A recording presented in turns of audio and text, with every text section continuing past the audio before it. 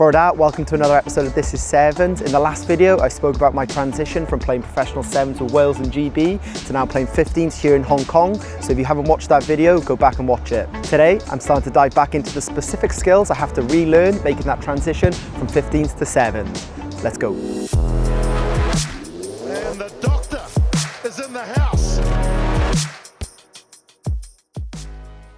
If you followed me during sevens, then you know I played in the halfbacks with the occasional foray into hooker. Most people I've spoken to about my move to 15s assume that I played scrum half, but growing up I played mainly 10 and 15. And while I'm here in Hong Kong playing for Valley, I'm going to be playing mainly 15 while also covering 10. I've quite a few skills that I need to relearn, like kicking off a tee or kicking up and unders, but today we're going to dive into catching the high ball with pressure around you. So I've caught high balls for years while playing sevens, but this was normally as a lifter or a jumper within a pod for a kick-off. Kick-offs in sevens are either shorter kicks that look to catch you off with your timing as you go up for the ball, or they're kicked with height. And although some of the kickers can get some serious height on the World Series, they're not as high as a well-connected up and under. So the trajectory of a ball from a sevens kickoff often comes at you at a bit more of an angle compared to a well-struck up and under, which comes straight down on your head. And this is where the wind and the shape of the ball can cause it to move last minute. Also in sevens, you normally have one, maybe two people competing for the ball with you, whereas in 15s, it's very easy to have 3 or 4 of you going up for the ball at the same time. You can approach catching a kick in 2 ways when you want to get off the ground. Obviously, if the kick is too long or there's no compete, you can stay on the floor and just catch the kick.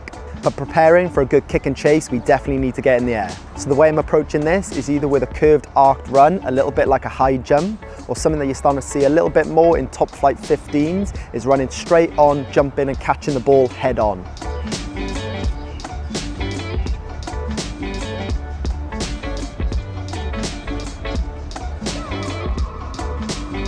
Looking at these cones, the curved arc is there so you can accelerate into your takeoff and meet the ball at the highest point of your jump, keeping your eye on the ball at all times.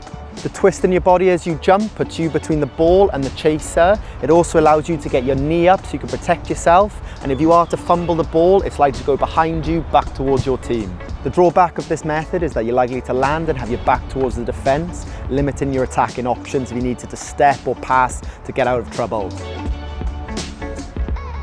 The straight on technique is a little more risky, as if you do fumble the ball, it's very likely to go forward. But if you're confident in either catching the ball above your head or in the basket, it will open up more attacking opportunities for you. Catching the ball straight on allows you to have eyes on the defenders straight away. So as you land, you can use your momentum and your footwork to gain more meters. For this technique, you still want to accelerate into your takeoff and meet the ball at your highest point, keeping your eye on the ball at all times while also getting your knee up. One key point with catching high balls is that you don't want to rush to get under the ball. Patience is key here, and you're better off being a few steps back so you can accelerate onto it rather than getting under the ball and having to backtrack. So far in my first 4 games of 15s, I've had to catch a few high balls, but not too many in traffic. I'm more confident with these slightly lower crossfield kicks as they're a similar trajectory to sevens kickoffs. I've missed a couple of them, but this is all part of learning, and I'm continuing to practice them each week. So there you have it. This is how I'm approaching catching high balls in 15s again. I think in the next video I'll dive into what it's been like trying to kick off a tee. So if you want to follow along with that, please consider subscribing. But diolch yn fawr for watching. Have a good day.